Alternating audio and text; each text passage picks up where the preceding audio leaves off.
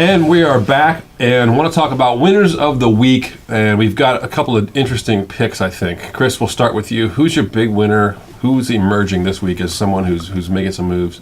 Well, I'm going to stick alphabetically to the Bs in the Senate again this week. Rob Bradley. Well, we say that because we had Benequisto last week. Yep. And we also had Brodeur last week. Right. We did, yeah. So now we have. But Bradley is this is his fifth year in the Senate.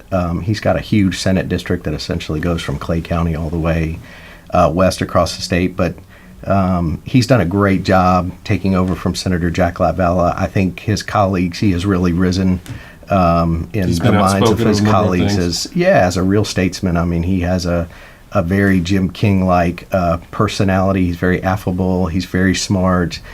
He takes his job seriously, but he's approachable, and he doesn't carry an ego with him. And I think he's really risen in the minds of his colleagues as a great chairman and leader of the Senate. Well, we'll see. He's got 4 weeks to close it out here. Let's see if we can bring it in for a landing. He does, and he will. All right.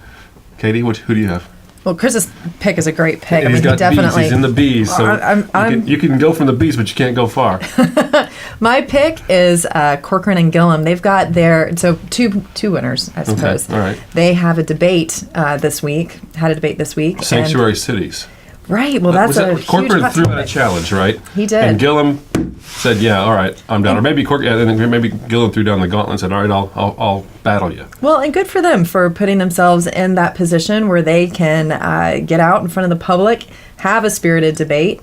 And you've got two people who statewide probably don't have a lot of name ID. Well, there's no probably about it. Now, they had polling came out, and I think it was 70% of people don't know who Corcoran is still. Sure. And I'm not sure what the number is on Gillum, but I know it was also very small compared to some of his opponents in the primary. Right. So I think it's great that they've put themselves in a position where now they're going to be in a place where they're getting earned media.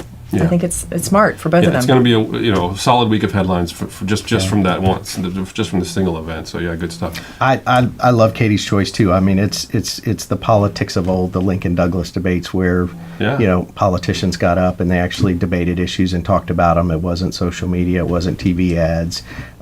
They were really tackling the issues, and good for them. I think that's a great choice. And next week we'll be able to talk about sort of who's winning the fundraising battles, because this week we've got the reports coming out, and a lot of the analysis will be coming out, and we'll be able to kind of look and see just how much money Corcoran's really going to need, Gillum is really going to need compared to those folks he's running against, and will those debate headlines be enough? We'll find out. But also very good picks, and we'll be back right after these messages. Thank you both for joining me on the show today. I appreciate it. We'll see you next week.